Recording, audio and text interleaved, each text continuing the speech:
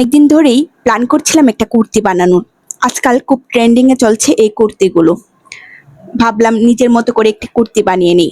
আজকে যে কুর্তিটা বানিয়েছি সেটা আমার নিজের স্টাইলে আর পছন্দ থেকে অনুপ্রাণিত।